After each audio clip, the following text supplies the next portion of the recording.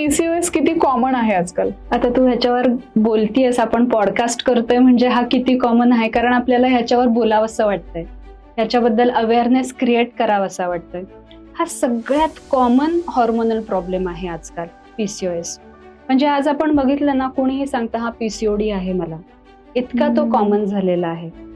म्हणजे जर समजा आपण बघायला गेलं तर 70% महिलांमध्ये पीसीओएस हा अनडायग्नोज्ड असतो.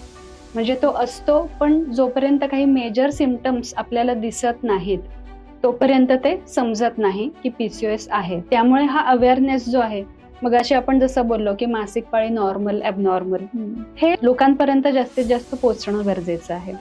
त्यानंतर जर का आपण स्टॅटिस्टिक्स बघितलं तर 5 पैकी एका महिला किंवा मुलीला पीसीओडी पीसीओएस हे असतं. म्हणजे एवढं मोठं प्रमाण आहे त्याचं, आणि हा ग्लोबल प्रॉब्लेम आहे. खूप मोठ्या प्रमाणावर वाढतोय मला तर पीसीओएस. खूपच. आणि ते पण मोस्टली फक्त लाईफस्टाईल चेंजमुळे. बरोबर, असं आपण आता तरी असं म्हणू शकतो, कारण ह्याच्यावर ठोस असं काही अजून मिळालेलं नाहीये की कारण ह्याचं काय आहे.